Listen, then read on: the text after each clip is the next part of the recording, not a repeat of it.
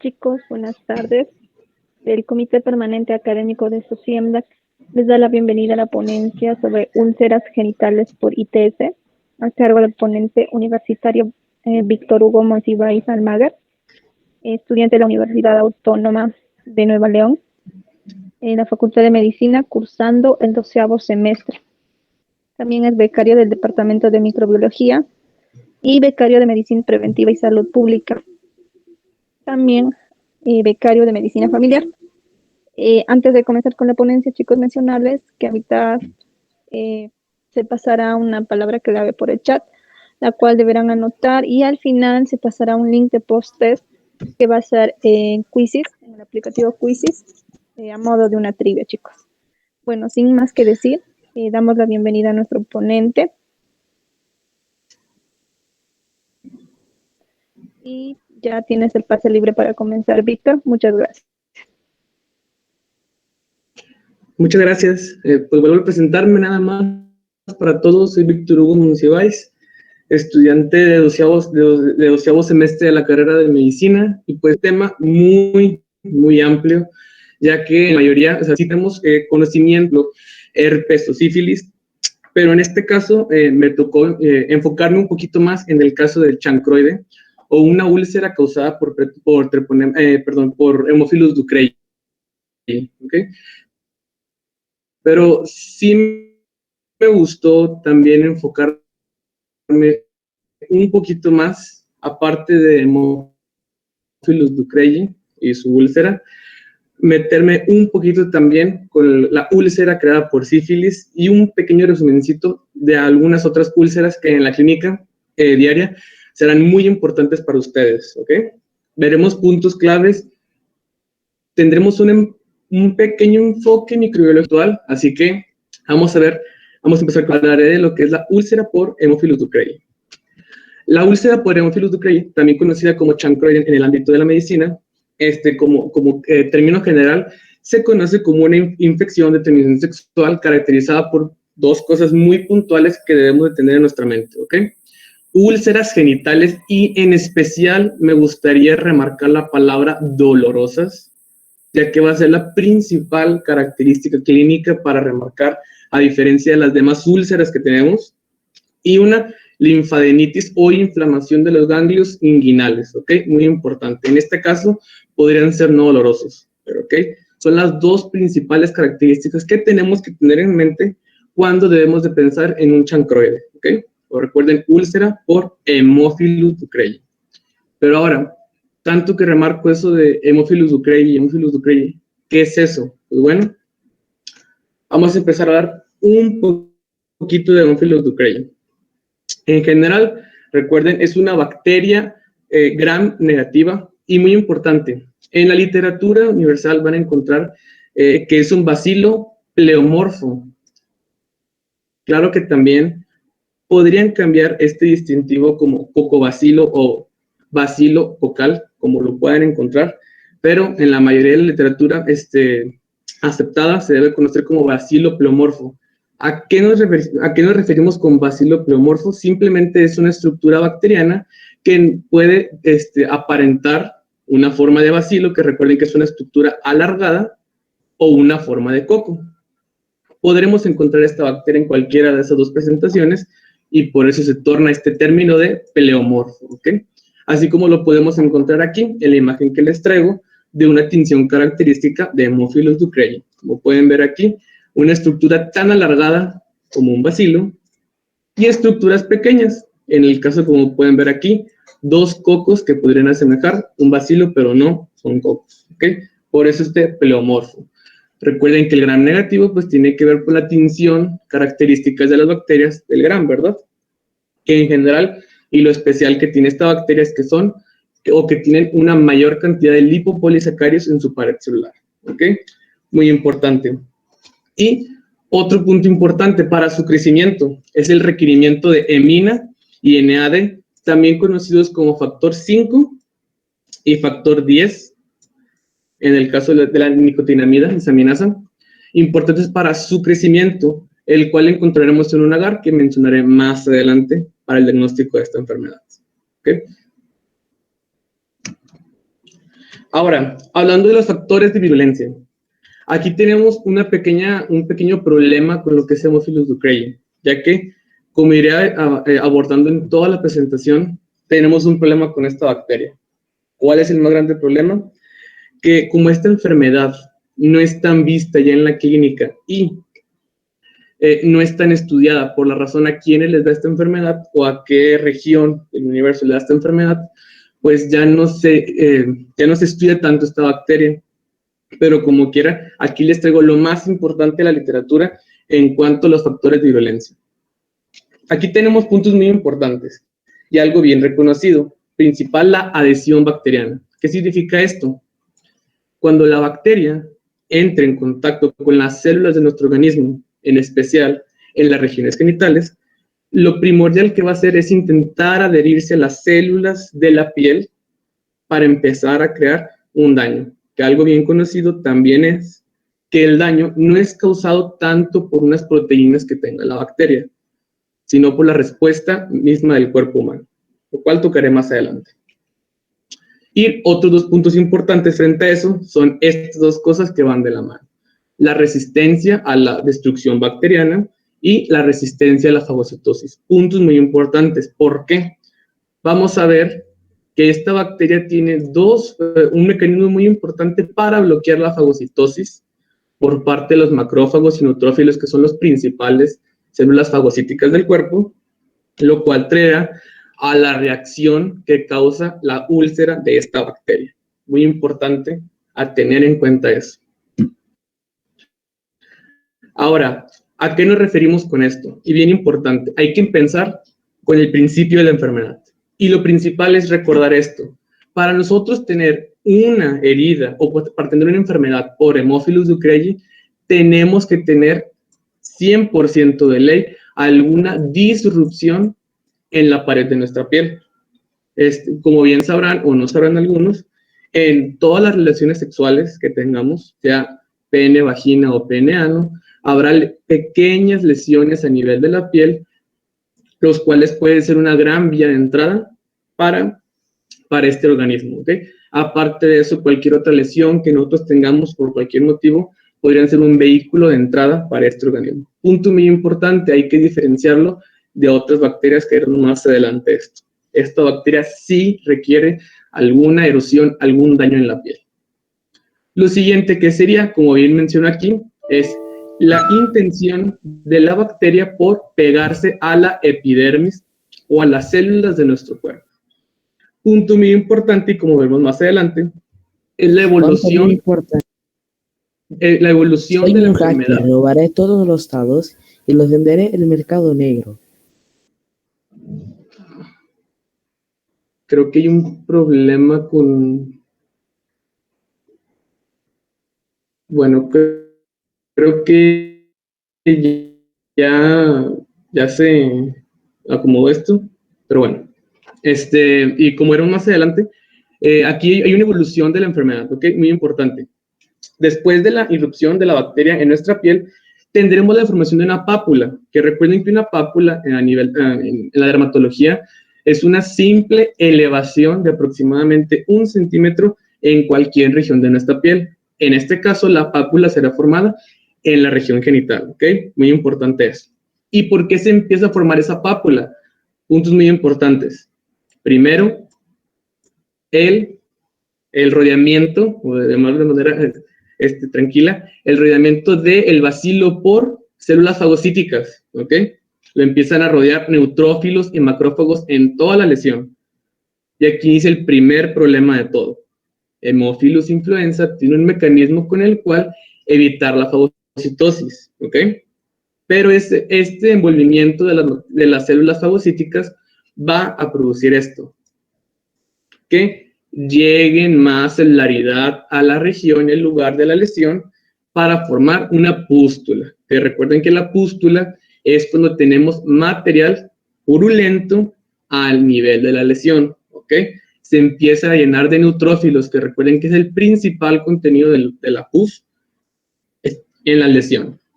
Para después, por este agrandamiento de la piel y por la lesión de la misma celularidad, encontrar la úlcera. Imágenes que veremos más adelante.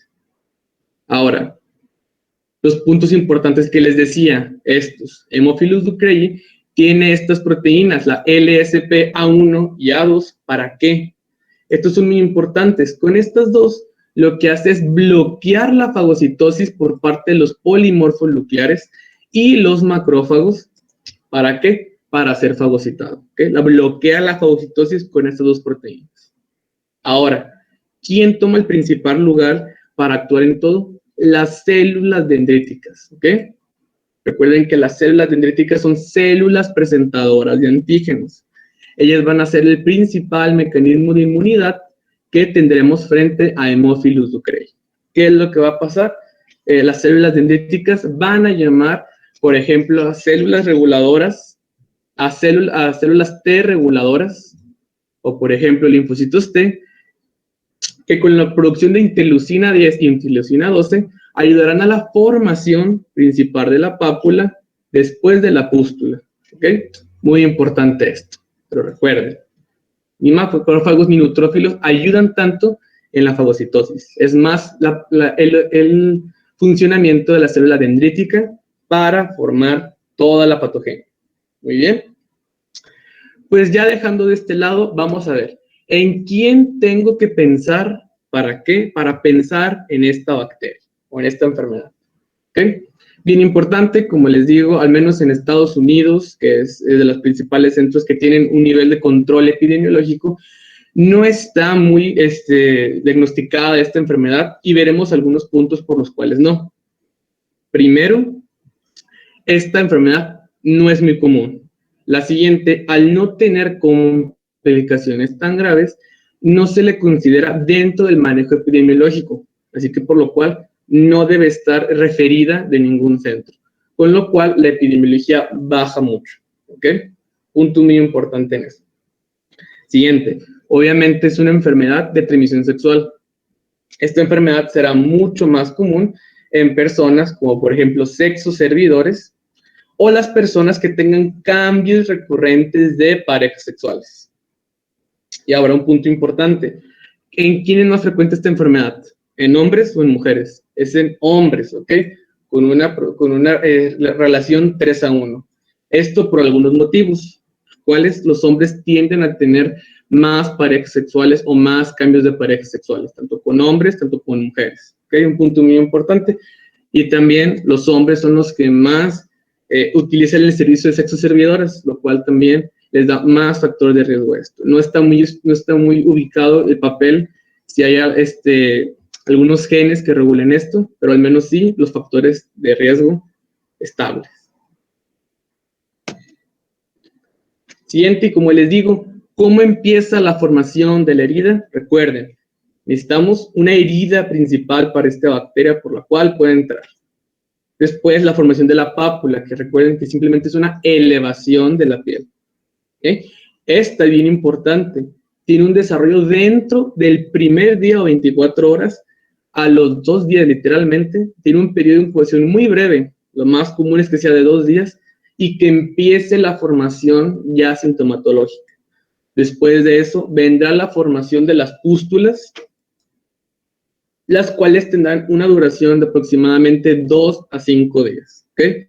Entonces, primero, pápulas. Después, pústulas, y ahora sí, viene lo importante. La formación de las úlceras características de esta bacteria. Recuerden, esta bacteria yo tengo que esperar aproximadamente unos 5 días y yo ya tengo que estar viendo alguna lesión característica que pueda presentar el cuadro clínico. Pero bueno, enfoquémonos más en las características de las úlceras. ¿Okay? Lo principal, y lo que les digo es recuerden, estas úlceras son dolorosas. La principal característica de diferenciación entre todas las úlceras. ¿Okay? Siguiente, sin induración. ¿A qué se refiere con esto? Es, si yo puedo tocar el borde de la herida y no lo siento duro, lo siento blandito el borde de la herida, también es más sugestivo de una úlcera por Haemophilus ducreyi.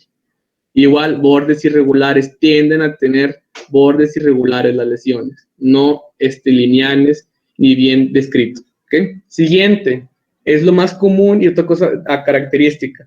Es común que las lesiones y las úlceras tengan un exudado necrótico. El color puede cambiar de amarillo verdoso, ¿ok? Pero es común que tengan un exudado, a diferencia de la úlcera sifilítica, que es raro que presente exudado en la úlcera, ¿ok? Y después de la aparición de esta úlcera, va a haber otra característica, la aparición de adenopatías, que comúnmente van a ser bilaterales. ¿Qué significa eso? Tanto en mi región inguinal derecha como izquierda, yo tendré ganglios aumentados de tamaño, ¿ok? Que aparecerán después de la úlcera. Otro punto importante, las úlceras desaparecen por sí solas. No requerimos tratamiento para desaparecerlas, pero si no le damos tratamiento, tardarán más en desaparecer. Aparte del dolor que presenta el paciente, que es la principal causa por la cual viene la consulta, el dolor. Hola. Hola. Pero bueno, ubicaciones, ¿dónde pueden encontrar estas lesiones? Como podemos ver aquí, obviamente van a ver entre hombres y mujeres. Lo más común, el prepucio, surco y cuerpo del pene. Y en el caso de las mujeres, labios vaginales. O hay un punto también a recalcar, pero lo veré más adelante, en cuanto veamos las fotos. Las regiones más comunes de las úlceras vienen siendo estas, como pueden ver aquí. Como pueden ver aquí, en el caso del cuerpo del pene. Y otro punto característico, la inflamación del inguinal, también característica de los pacientes. Ahora, ¿en qué otros lugares puedo yo encontrar lesiones? Como pueden ver aquí, en la región perineal, en el caso, aquí nuestro paciente. U otro lugar un poco, pues, más raro de encontrar, sería en la región uretral del pene, ¿ok? También por el hecho de estar aquí en la región uretral, esto por dentro, es lo que provoca esa secreción purulenta que podemos ver aquí. Otras regiones, como pueden ver aquí, con una mejor imagen, dentro de la región uretral del hombre. Y otra característica, en el caso de las mujeres, como podrían llegar a apreciar aquí, o en el caso de que se junte piel con piel de la lesión, supongamos que la mujer haya tenido la lesión inicial de este lado, hay algo que se llama lesión por contacto, en el cual, si una paciente tiene la lesión aquí, porque de este lado fue la vía de entrada, como en este caso los labios tienen contacto uno con el otro, le puede pasar la lesión de un labio hacia otro, ¿ok? Y en este caso presentar ambas lesiones por ese mecanismo de contacto entre pliegues. Esto puede pasar también en la región anal o también en la región de los muslos, que es donde más común aparece esto.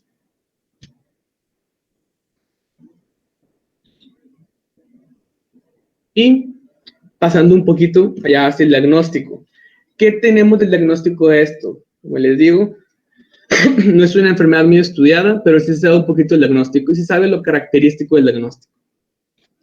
Hablando del cultivo, no tenemos un cultivo tan sensible para esta bacteria.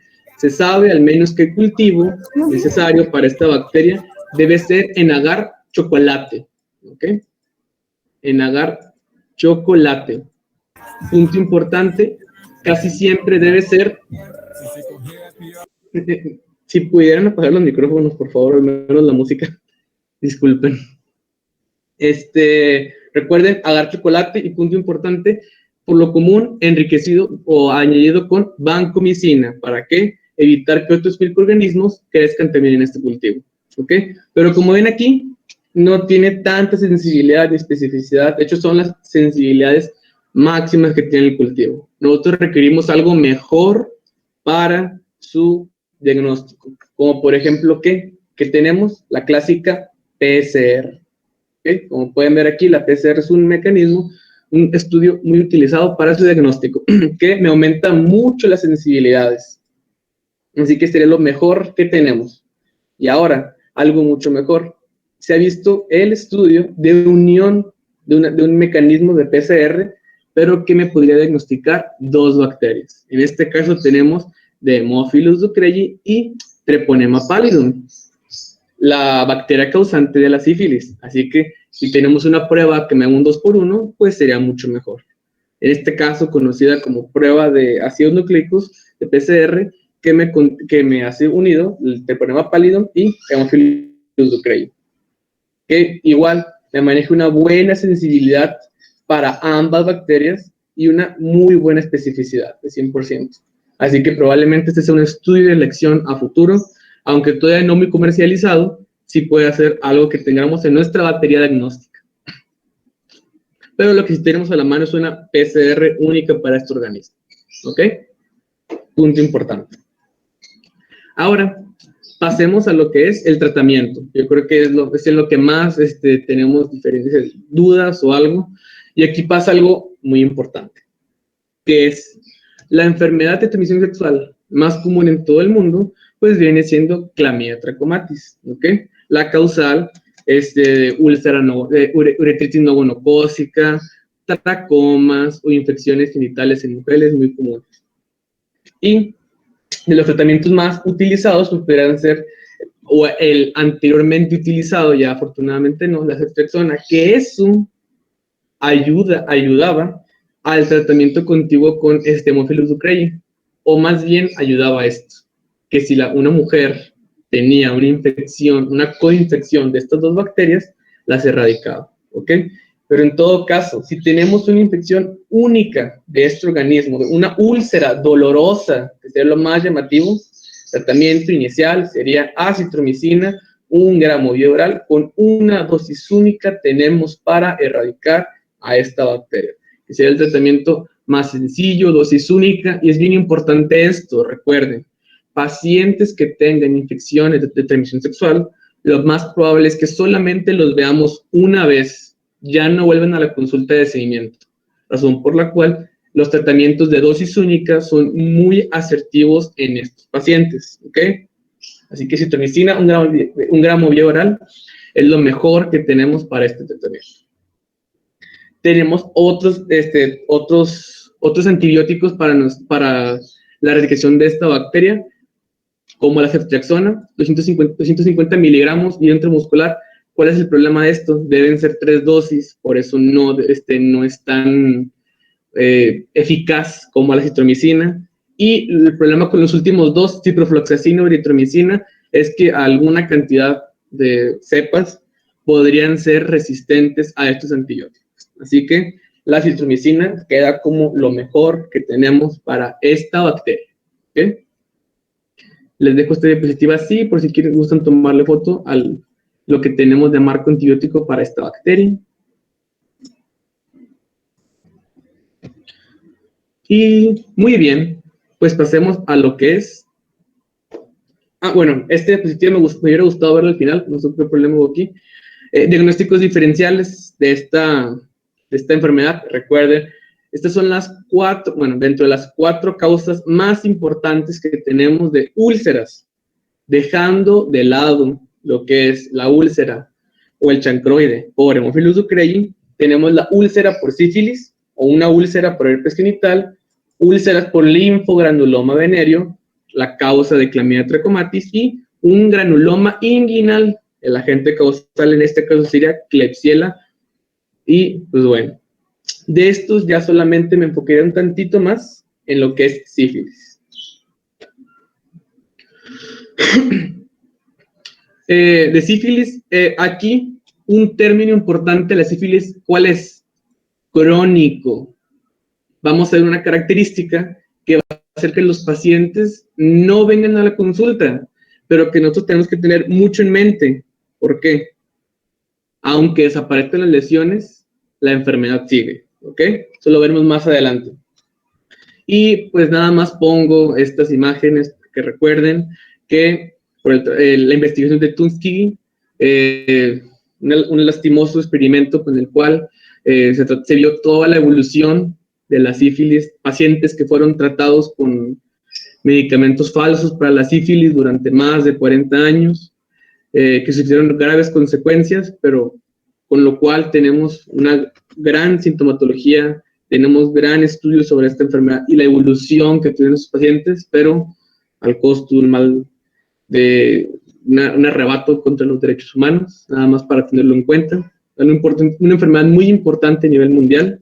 Dentro de las primeras 3 causas de infecciones de transmisión sexual, en el top 3, junto con Clamidia trachomatis y Neisseria gonorrea. Ahora, hablando de la sífilis como enfermedad, tenemos que la bacteria que la causa es una bacteria llamada Treponema pallidum, que va dentro de la familia de las espiroquetas. ¿Por qué?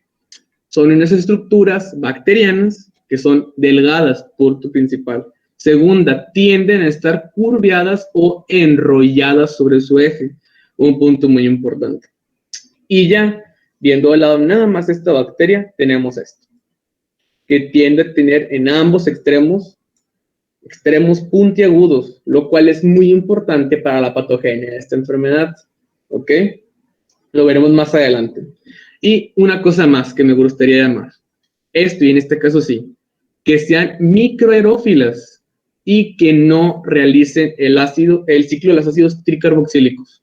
¿Por qué? Esto porque es llamativo. Esta bacteria no se puede incubar en vivo. ¿Okay? ¿Qué significa esto? Yo no puedo tomar muestra de esta bacteria de una persona y luego pasarlo a un agar, como en el caso de la mayoría de las bacterias, y que luego crezca. No. Esta bacteria, al no realizar este ciclo de manera sola, requiere los nutrimentos de una célula o de una célula, no de nuestro cuerpo, puede ser de cualquier célula, pero requiere estos compuestos por una célula, razón por la cual todos los cultivos tienen que ir con añadidos celulares, lo cual lo hace muy costoso, razón por la cual no es un método diagnóstico en ningún cultivo. ¿Okay? Veremos otros cultivos. Y también que sea microaerófila, pues lo hace una necesidad que sea también celular. ¿Okay? Mucho cuidado con esto. A la sífilis no se le hacen cultivos, se hacen otros métodos diagnósticos.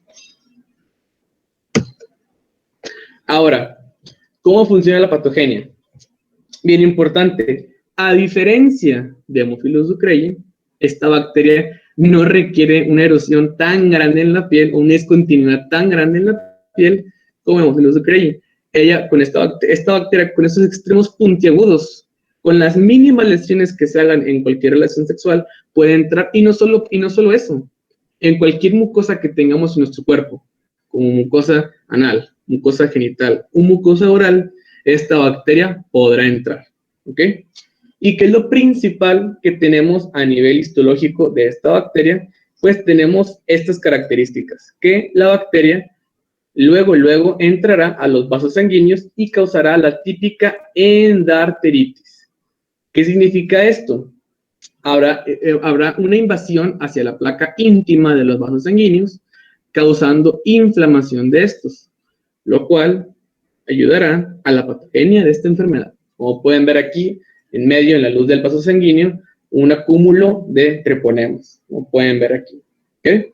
Aparte de eso, como pueden ver aquí, no solo en la capa íntima, sino en la orilla de los vasos, un acúmulo de linfocitos y células plasmáticas.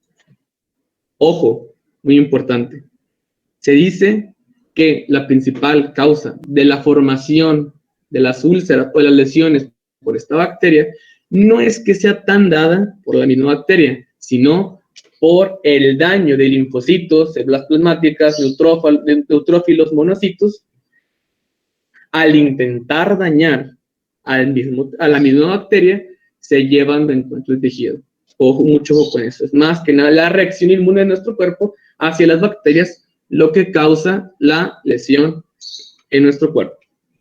Y dejando de eso, últimos 2 puntos importantes en la patogenia. Primero tenemos que tiene fuerte adhesión a la fibronectina. Recuerden que es un componente importante de la pared de nuestras células. Así que adherirse bien a este componente le ayuda a estar ahí y formar la lesión. Y lo siguiente, la hialuronidasa, enzima con la cual pueden descomponer el ácido hialurónico presente en la pared celular. de las células.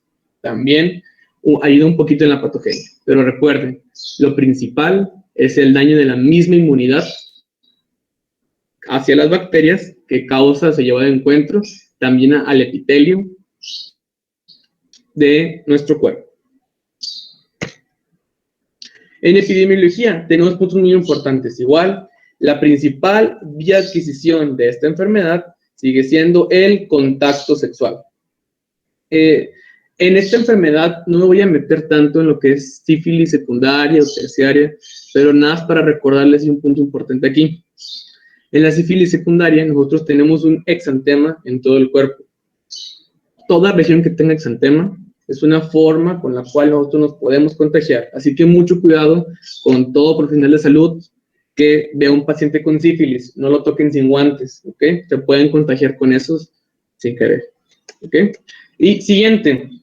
Esta es una de las enfermedades que debe ir en todo esquema que se le haga a un paquete globular que vaya a ser para donación sanguínea. Se debe hacer un cribado contra sífilis. Por eso podría ser una causa la transfusión sanguínea de adquirir esta enfermedad, pero a partir del año 85, con el cual se regula toda la donación de la sangre, no debería haber este tipo de infecciones. Y algo también muy llamativo, la vía congénita. ¿Qué significa esto? Si una madre embarazada sufre una infección por sífilis, podría haber un contagio de la madre hacia el feto. ¿Okay? Recuerden que sífilis va dentro del espectro Storch que pueden atravesar la barrera hematoplacentaria. ¿Ok? Bien importante.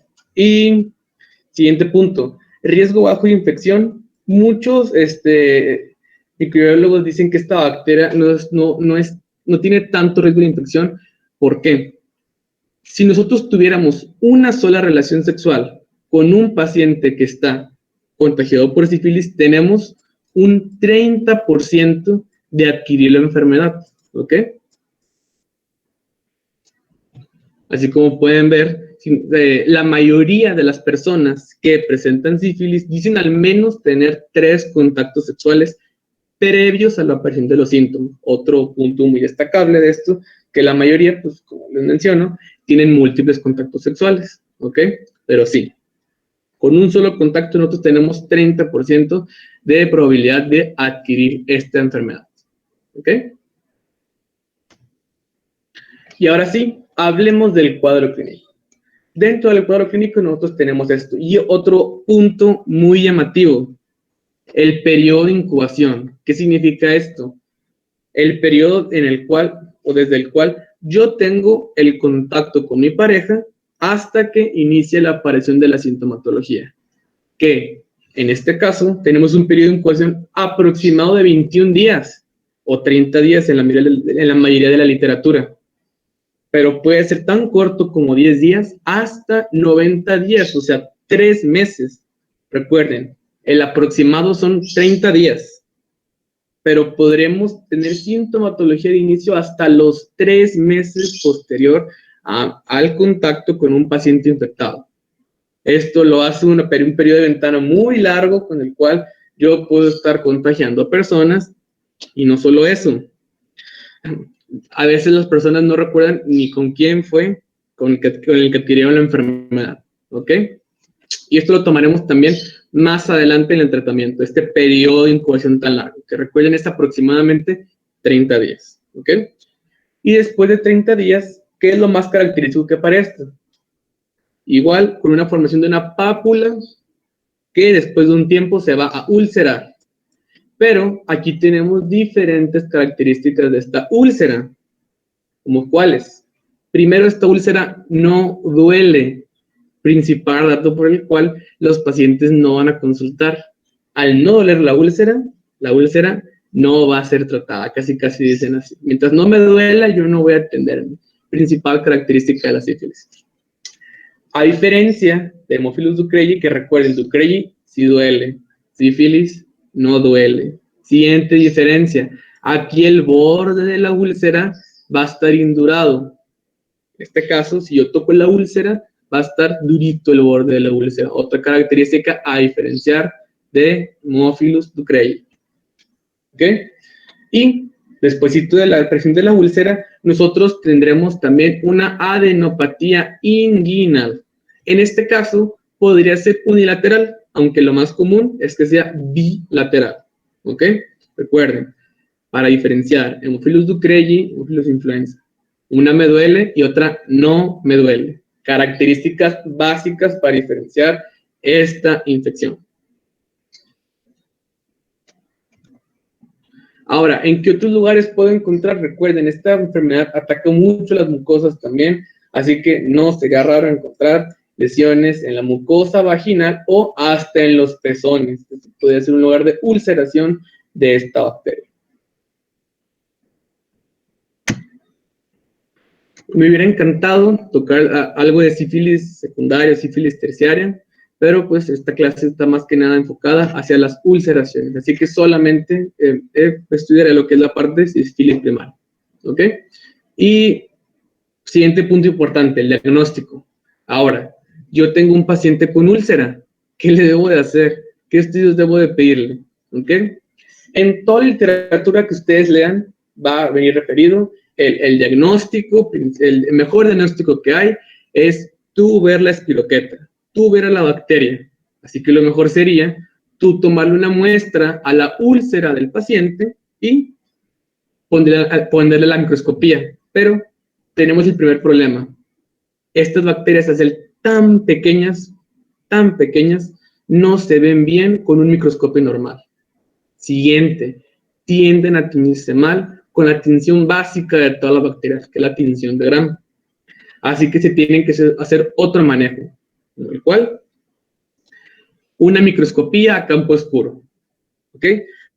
Otra cosa, para yo tomar una muestra a un paciente es ya tenerlo en el laboratorio. Estas bacterias son malas en cualquier medio de transporte, no sobreviven mucho. ¿Ok? Así que yo casi el paciente debo de tenerlo ya en el laboratorio, tomarle la muestra y ya tenerlo casi ahí en el campo oscuro. Y como pueden ver, aquí tenemos muy bien al treponema. Se observa muy bien en el campo oscuro. Como ven aquí, la mayoría de los microscopios ópticos no llegan a este enfoque. Un microscopio básico de laboratorio. Llegarán a 150, pero a partir de ahí ya no. ¿Ok? Así que mucho ojo con eso. Siguiente cosa que debemos de cuidar, lastimosamente, son malas muestras, como cuáles, las de la boca o las del ano. ¿Por qué? Nosotros tenemos espiroquetas de nuestra parte de nuestra microbiota en la boca y en el ano, ¿ok? Así que esta microscopía de campo oscuro no nos ayuda a diferenciar las espiroquetas de parte de nuestra microbiota o las de la región que nos están infectando, ¿ok? Así que si solamente tenemos microscopía de campo oscuro, no se deben tomar muestras de boca ni muestras anales. Podrían haber falsos positivos con treponemas de nuestra microbiota. Pero para eso tenemos un arreglo. ¿Cuál es? Microscopía de campo oscuro con tinciones fluorescentes. ¿Cómo funciona esto? Nosotros en el laboratorio tendremos anticuerpos fluorescentes que van directos hacia la treponema y nos ayudarán a teñirlos así. Con esta técnica de fluorescencia, nosotros podemos ser 100% confiables de que la treponema que nosotros veamos coloreada, como podemos ver aquí en este caso, en todo este caso, estas sí son treponemas pallidum que nos están enfermando, ¿ok? Así que en todo caso, para la microscopía, es mejor una microscopía con anticuerpos fluorescentes, ¿ok? ¿Cuál es el problema de todo esto? Tanto campo oscuro como técnica con fluorescente son pruebas que comúnmente no están en los laboratorios. Y la siguiente, la técnica con anticuerpos fluorescentes es muy cara, ¿ok? Así, y necesitamos un buen ojo de un laboratorista. No es una prueba que nosotros podemos hacer en nuestras casas ni en cualquier lado, ¿ok? Así que tienden a estar en segundo plano en todas las literaturas. Ahora, ¿qué tenemos a cambio? Las pruebas más utilizadas y que hasta podríamos tener en nuestra mano. Hasta en nuestra casa la podríamos hacer. Las pruebas no treponémicas, ¿ok? Aquí para antígenos y anticuerpos tenemos otras dos pruebas para el diagnóstico de sífilis, que son las pruebas treponémicas y las no treponémicas. Empezando por las pruebas no treponémicas, que son las más utilizadas en todo el mundo. ¿Por qué? Por costo, son muy baratas, las podemos hacer en cualquier parte, hasta en nuestra casa las pudieras hacer si quieres. Tenemos esto. Estas pruebas no treponémicas son y se forman por anticuerpos en nuestro cuerpo. Recuerden, anticuerpos que reaccionaron contra la cardiolipina. Muchos sabrán esto, anticuerpos contra la cardiolipina. Pero ¿qué es la cardiolipina? Y esto viene de la lesión. Cuando la bacteria lesiona las paredes de nuestros vasos, va a pasar esto. Se va a soltar este compuesto, cardiolipina. ¿Ok? Y nuestro cuerpo formará anticuerpos contra la cardiolipina. ¿Ok? Por eso son pruebas no treponémicas. Fueron anticuerpos no formados contra las treponemas. Fueron anticuerpos formados contra algo que me sugiere que ahí está la treponema. ¿Ok? Y de estas, las más conocidas a nivel mundial, BDRL y la RPR. ¿Ok? Y de estas, al menos en México, la más utilizada es la prueba BDRL, la prueba no treponémica más utilizada. Ahora, ¿qué es lo bueno, qué es lo malo de esto? Aquí tenemos varios puntos importantes. Una BDRL me podría salir negativa aún y cuando yo tenga la úlcera del paciente presente. Yo viendo la úlcera, puede haber una BDRL negativa. ¿Significa esto? Un falso negativo. Ahora, está bien descrito que después de la primera semana con la úlcera, yo puedo tener una seguridad completa de que la BDRL o la RPR van a salir positivas, ¿ok? Pero se sugiere o se maneja que en la sífilis primaria, que es la que estamos viendo la ulceración, hay un 75% de sensibilidad hablando de las pruebas no treponémicas. Como ven ahí, se me siguen escapando muchos, al menos en la sífilis primaria, ¿ok? Pero afortunadamente la clínica me ayuda mucho, una buena historia clínica, y eso podría compensar esa considerablemente baja sensibilidad en estas pruebas, ¿ok? Ahora pasemos a lo que son las pruebas treponémicas. Hablando de las pruebas treponémicas, estas sí son pruebas que buscan anticuerpos contra las treponemas. Estos sí son anticuerpos específicos, ¿ok? Eso también aumenta un poquito el costo y que no sean tan accesibles, pero estas sirven como confirmatorias. Y de estas, las más utilizadas son la FT-ABS o prueba de absorción de antígeno de treponema fluorescente. Prueba de absorción fluorescente del antígeno de treponema, ¿ok? Y la siguiente, que es la TPPA, que es la prueba de aglutinación de treponema pálido, ¿ok? De estas, la más viejita viene siendo la prueba de aglutinación, la FT a veces viene siendo nueva, y ya vienen saliendo más pruebas como la microaglutinación, que será la prueba mencionada aquí, o un enzimo inmunensayo, ¿ok? Pero las más disponibles, al menos en México y en Estados Unidos, son estas dos, FTA a veces. Ahora, ¿cuál es el problema de estas pruebas? ¿O qué es lo que tenemos que checar? La sensibilidad. Como pueden ver aquí en esta tablita, viene la sensibilidad presente a nivel de cada estadio de la enfermedad de la sífilis. ¿Okay? En este caso hablemos del primero, y como pueden ver aquí, la TPPA es la más sensible que tenemos a nivel del chanco primario, que aún así, lo más probable es que tengan a ustedes que tengan a la mano aún del 90%. Aún la TPPA, que viene siendo la mejorcita, no tiene completamente el 100, pero es lo mejor que tenemos, ¿ok? Y ahora, un punto importante que se me pasó a olvidarles, nada más, aunque no lo toquemos, de la BDRL. La BDRL es la única prueba no treponémica que pudiéramos utilizar en el líquido cefalorraquídeo de pacientes con sífilis terciaria. Ya sé que no hablé mucho de eso, pero es algún punto muy importante y por cuál la BDRL es la más distribuida en todo el mundo. Y en el caso ya de las pruebas treponémicas, la verdad es que tienden a tener muy buena sensibilidad en la sífilis secundaria y bajan en la sífilis terciaria. Motivos que serían un poquito tardados de explicar y que me gustaría más tomar en una plática completa de sífilis. Pero en este caso, lo mejor que tenemos, FTA y una TPPA. Entonces, si tenemos un paciente que tiene una úlcera no dolorosa, lo mejor para un cribado, la verdad es que es hacerle una BDRL por costo-beneficio. Son muy baratas, muy disponibles en todos los laboratorios. Y si es un paciente muy sugestivo o un paciente con VIH, pues ya podríamos pensar en hacerle una prueba treponémica. ¿Ok? Mucho cuidado con eso. Pero sí, todo paciente que se sospeche con sífilis debe tener una prueba, la que sea. La más accesible, vuelvo a mencionar, la BDRL en este caso. Muy bien, y pues ya yendo al tratamiento, ¿qué es lo que tenemos de tratamiento? Esta bacteria es bien bonita para la medicina. Sigue siendo sensible ¿para qué? Las penicilinas. La bendita penicilina, el primer antibiótico descrito en el mundo. Penicilina G benzatínica. Aquí hay un ligero detalle. Se debe de dar el doble de dosis común que damos de penicilina para cualquier otra bacteria, que en este caso serían 2.4 millones de unidades. Serían, en cualquier otra forma, 2 inyecciones, diferentes partes del cuerpo, al mismo tiempo, dosis única, y con eso el 95% de todos los pacientes que tengan sífilis van a dejar de tener la úlcera, ¿ok? Recuerden, penicilina G. Y aquí entra un dato muy importante.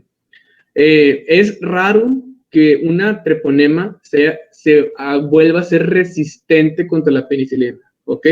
Pero mucho ojo, no porque sea sensible a la penicilina, significa que yo le puedo dar antibióticos más fuertes como la vancomicina o antibióticos lincosamida, antibióticos mucho más potentes, llamados coloquialmente, y creer que con eso voy a matar a esta bacteria. No, ¿ok? Se debe usar penicilina. De hecho, la bacteria puede llegar a ser resistente contra la vancomicina o contra la lincosamida. Mucho ojo. Por más que sea sensible a lo más básico, no significa que no pueda ser resistente a lo más pesado que tenemos, ¿ok? Que siga dando esto. En todo caso, paciente alérgico a la penicilina, que es la alergia más común en cuanto a antibióticos, ¿qué tenemos? Podemos dar dicloxicilina, 100 gramos bioral cada 2 horas por, como ven aquí, 14 días. Y lo último que dejo, la citromicina, en el caso de alergia a penicilina, 2 gramos vía oral dosis única. ¿Por qué lo dejo el último? Es mucho más común encontrar resistencia hacia la citromicina, ¿ok?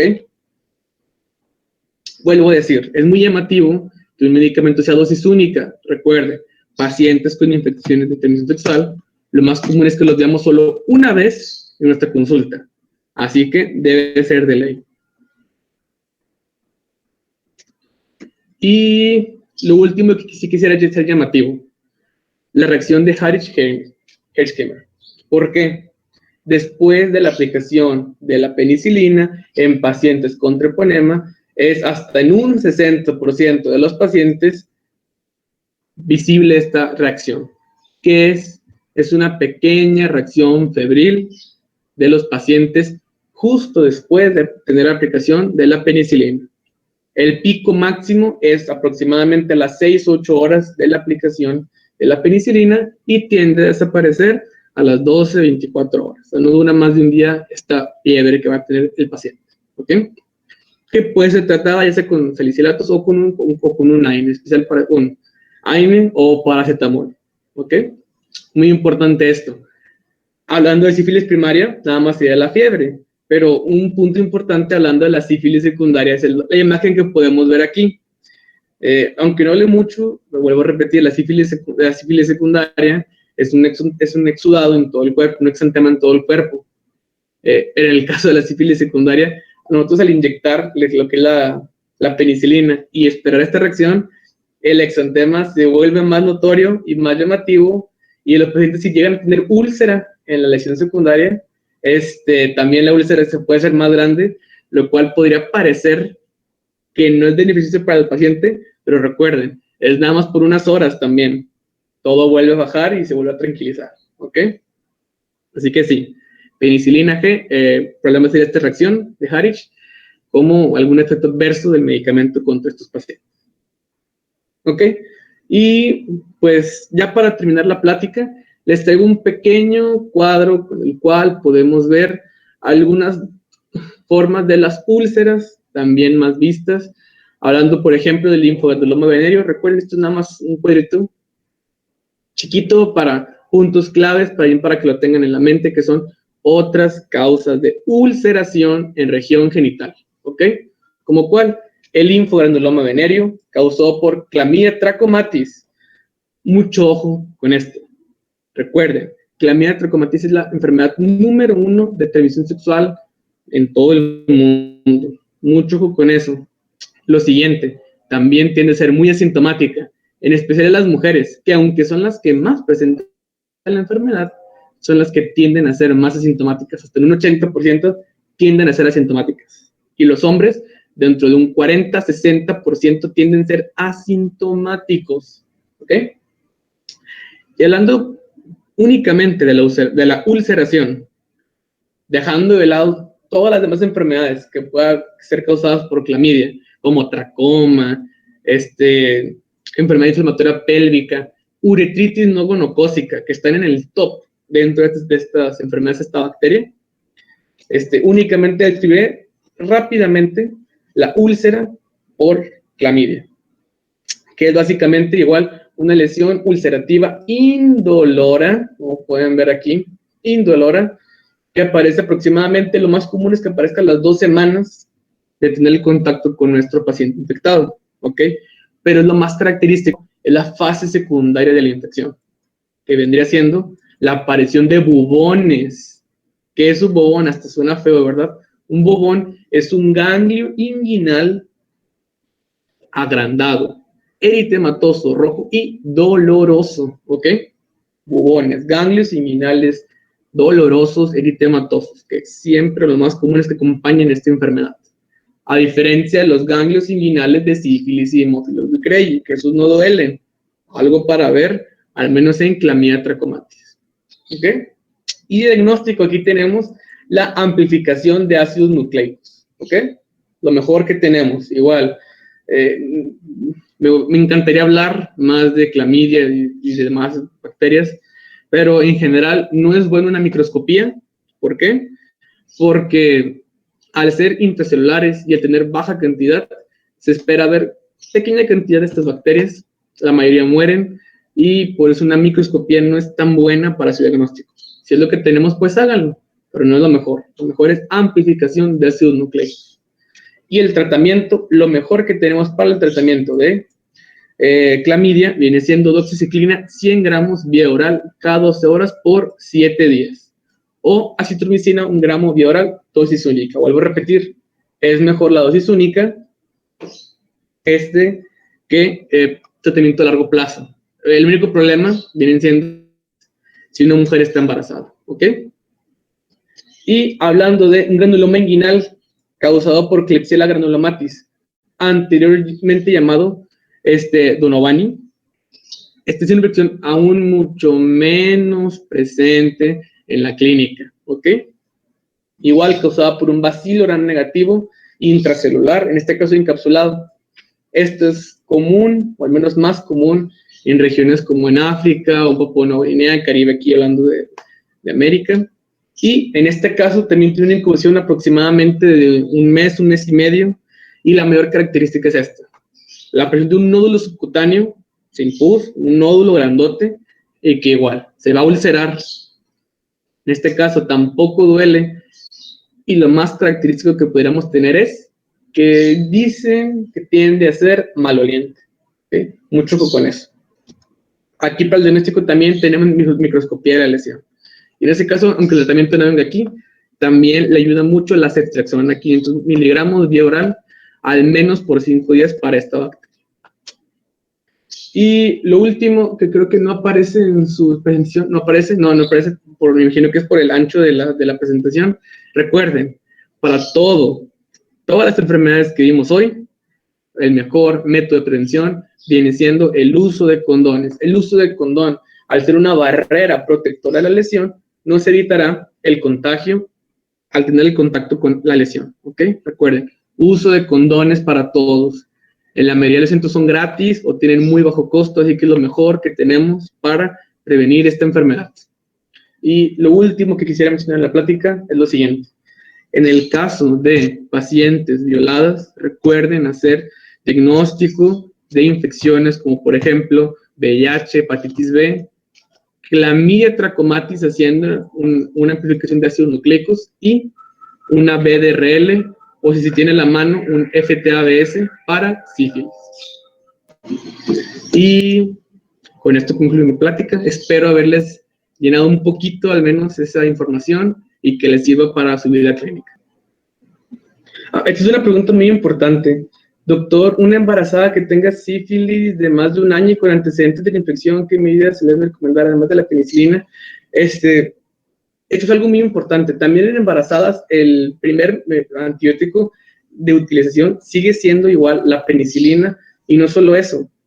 Se espera que si se tiene un buen control y la paciente viene dentro del primer mes que tenga un contagio, aún con el embarazo, se espera que aún el 75% de los niños nazcan sin sífilis. Y no solo eso, bueno, aparte, si se sabe que la mamá tuvo contacto con sífilis durante el embarazo, se debe dar tratamiento al niño igual con penicilina, ¿ok? Y ya con eso cubriríamos la mayor de la demanda de atacar a esta bacteria con el antibiótico en este caso. Eso sí, recuerden, debemos darle tratamiento al niño al menos durante los primeros 2 años para no ver evolución de la sífilis. Mucho ojo con eso. Yo creo que ya me preguntan. Si llega a haber resistencia a la penicilina, igual se tomaría en el caso los antibióticos secundarios como doxiciclina o acitromicina, pero la resistencia a la penicilina solamente está respondida al menos del 5% de todas las cepas de sífilis, ¿ok? Es una ventaja muy buena que tenemos de la penicilina contra la sífilis, una muy ligera resistencia a antibióticos. Muchas gracias a todos. Ya nada más para acabar la plática. Si tienen más preguntas, las puedo ir. La prueba diagnóstica debe realizarse a cualquier persona que haya tenido actos de violación, sea niño, sea adolescente, sea adulto, sea viejito, lo que ustedes quieran. Se debe hacer una prueba de diagnóstico, en este caso para la BDRL, pero vuelvo a englobar BDRL, hepatitis B, VIH, que son las enfermedades más comunes que podríamos adquirir de primer golpe en una primera relación, ¿ok? Recuerden, VIH, hepatitis B, sífilis y clamidia. Son las principales 4 bacterias y virus que debemos de tener en mente en una infección. Igualmente, darle tratamiento para esos 4 agentes. Muy bien, pues ya con esto acabé la presentación y gracias a todos. Si siguen teniendo más preguntas, pueden comunicárselas al correo de la institución y ya se las contestaría. Muchas gracias y hasta pronto.